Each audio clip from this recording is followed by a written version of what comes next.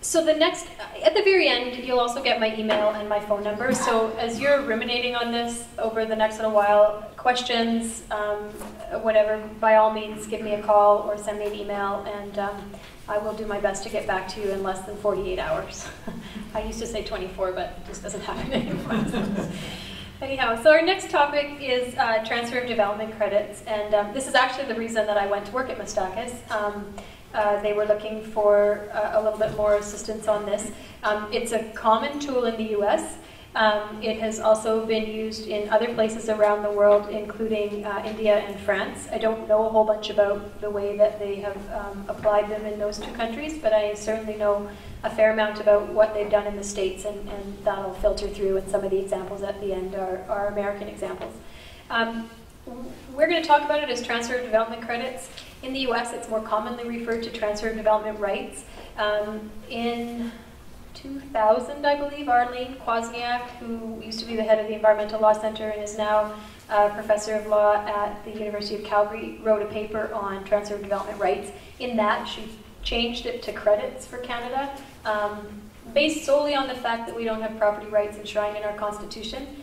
I will tell you from interviewing a number of Americans and going down and looking at a number of their programs, that is semantics, even though it is enshrined. And it certainly has technical differences, but they deal with the exact same perception issues that we deal with, whether we say rights or credits. And I can give you piles of examples, and we can have that discussion if you want, but this is the mechanics of it is probably more important. There is another thing called purchase of development rights. It's just a version of this where the rights or the credits are purchased and retired. They don't get transferred anywhere else. And so sometimes that's called payment for conservation easements. Sometimes it's called PDRs, but just so you know that all these things are related, and hopefully by going through this, we can fill in some of the blanks on how those work. Generally, when we at Miistakis come out and we talk about transfer of development credits, the next line underneath it is reconciling conservation and development. And so really that's what it is. It's not, it's actually been really interesting as we've talked about this over the last 6 years, 5 years. Inevitably, someone in the audience, so I'm going to steal your thunder right now, says, but wait a minute, development could happen with this. Yes, development can happen with this. It's supposed to. We have development, we should have development, that's where we live and that's what we do, but the idea behind this is to try and have conservation and development happen in a fabric across a landscape that works together. So that's what we'll get into next year. So this is just an illustration. Some of you in the room know Guy Greenaway, who is generally my partner in crime when it comes to these kinds of presentations and projects. And he always likens to, he must have grown up on cartoons because our entire presentations are filled with cartoons. So here's the first one. So this is an example of a landscape in Pennsylvania. This is done by an organization in Pennsylvania called the Brandywine Conservancy. They are a land trust. They are really incredible. They're so involved with their municipal planning. They're so involved with a variety of things around sustainability and food production. They are certainly not an organization that just holds land or interest in land. They're very active. So one of the things that they did was a big study on transfer of development rights, looking at valuation, how to set up programs, that sort of thing. So this comes out of that. So the idea is to say, okay, here's this landscape. We have a small hamlet. I have a pointer, just one second. Sorry. So you can see right here we have this little hamlet in the area. We're going to call this treed area. You can see there's a little river running through it. That's our environmentally sensitive, ecologically significant area. Then we've got all this farmland with a couple of farmyards around it. So one way that this landscape could be developed would be through very equal spread of country residential across it. So, but what happened when we did that? We lost the bulk of the environmentally significant area. There's very little buffer now along that riparian, that stream area. There's no farmland left, and that's fine if that's your goal and objective, but presuming it's not. And the little hamlet stays the same. All the infrastructure costs got moved out across that landscape. There had to be roads, water, whether it's done through wells or piping, sewage, all of that stuff. I think everybody's fairly familiar with what that entails.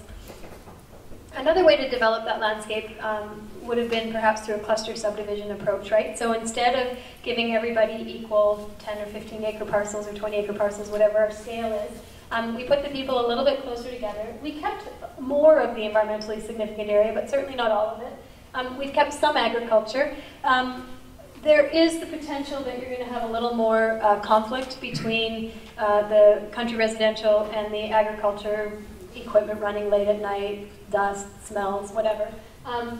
But you know, it's still a pardon me, a landscape that has both things happening on it. This shows the possibility of moving all that. This is all the same number of units of housing. You put it all together into this area. You maintain all of the environmental area. Most of the farmland is also, I mean, obviously right around the village has been expanded, but otherwise, predominantly the agricultural landscape is kept intact, and there's very little,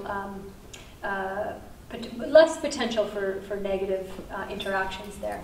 So the idea behind this was just to show that, you know, we can put different development patterns across the same landscape, and it all fits with our goals.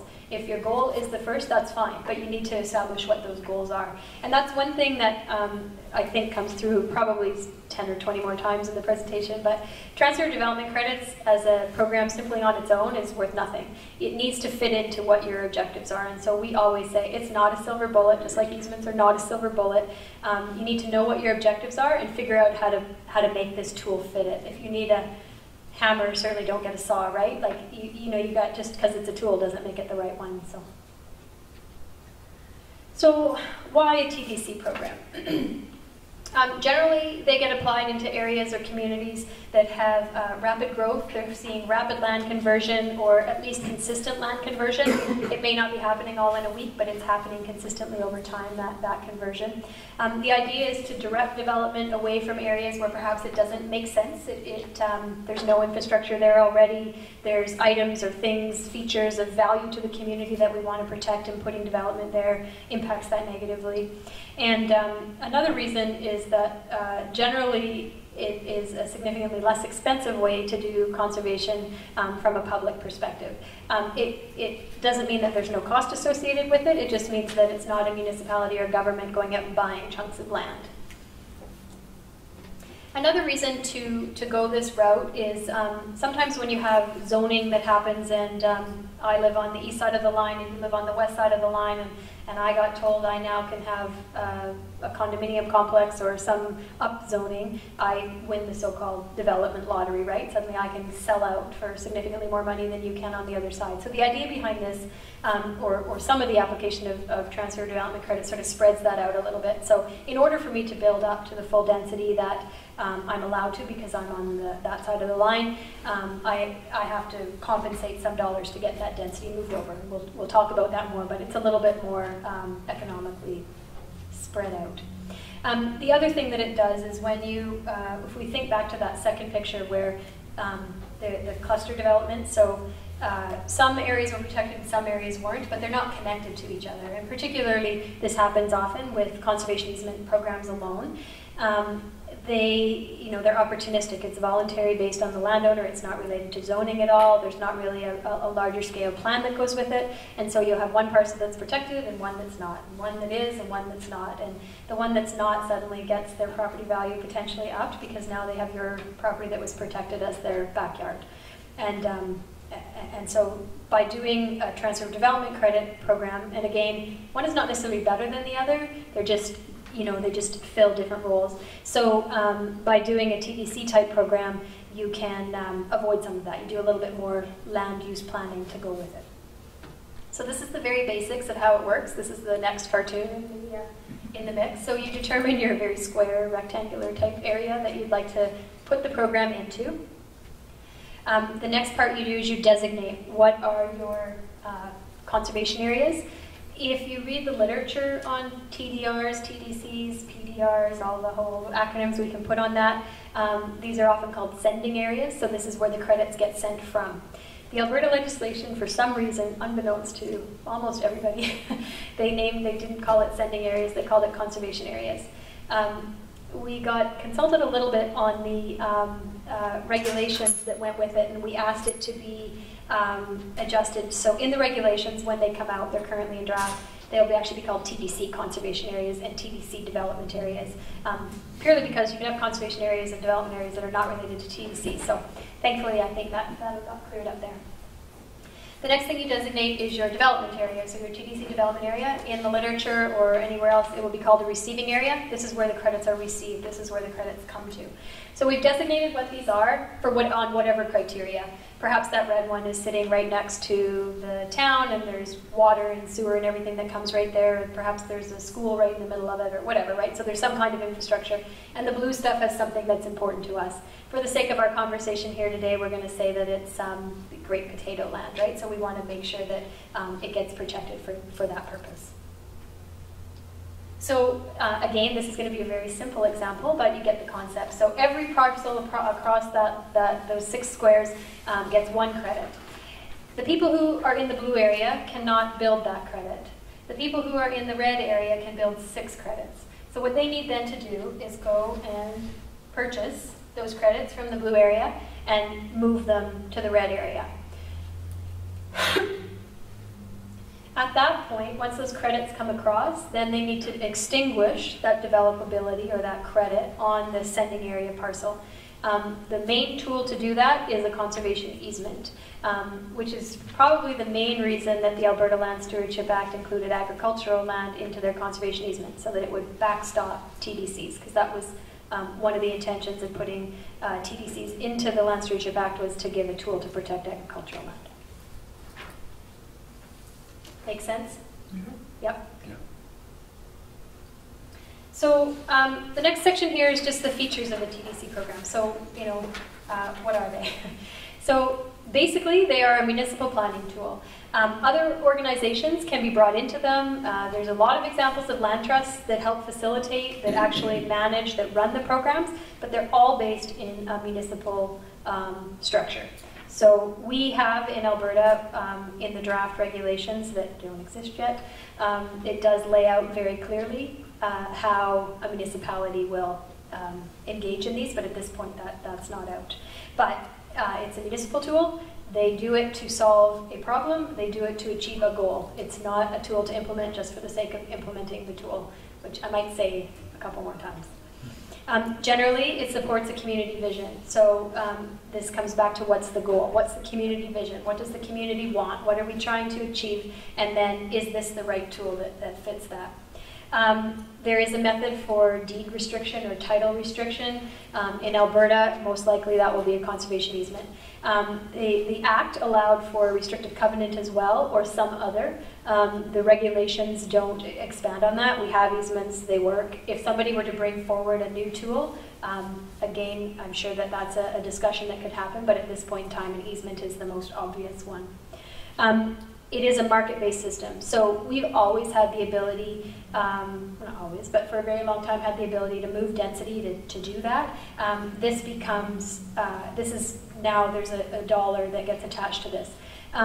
There is room in the Alberta example or in our legislation to have brokers. So somebody else could buy a credit just to hold it until somebody else wanted to buy it. There's room for banks. In fact, the legislation actually it identifies something called the exchange. At this point in time, I don't think that's a near future reality, but there's room for that. And there are examples in the US where there are definitely brokers, and I'll talk about one of those in my examples. This first one, successful TDC programs are never lonely and never stagnant. This was we got really smacked over the head with this one. We went down and toured about 6 programs in the US, and the first one we went to was Larmer County in Colorado. And it was really fun. It was fantastic. They were so gracious and so lovely. We walked in and the big PowerPoint presentation had a Canadian flag on it. It said, "Welcome Canadians." like, here we are representing Canada. So anyways, they were fantastic. And they went through their TDR program, which there is actually called TDU. It was a transfer of density units because they got into such a huge fight about the word rights. It lasted 3 years. And finally they said, what if we called it units? Okay, everybody's happy and they went on with it. So, and that's why I say it's somewhat semantics, like the issues are the same. Anyhow, They brought in, they did their TDU conversation, they showed us all these maps, they went through it all, it was fantastic, and then they said, you're here for the day, right? And then they brought in 3 other programs that they used to support their conservation planning in their municipality. So again, not a silver bullet, never lonely, never stagnant. And they change and they adapt. After Larmer, we went down to Boulder, Colorado. I should tell you that we went from Colorado to Maryland to Florida in 3.5 days. Oh. We did a lot of red eyes. But anyhow, we went to Boulder next, and they had us talk to a broker, so a real estate agent who actually buys and transfers credits. They had us talk to a landowner who had participated in the program, and to their planner.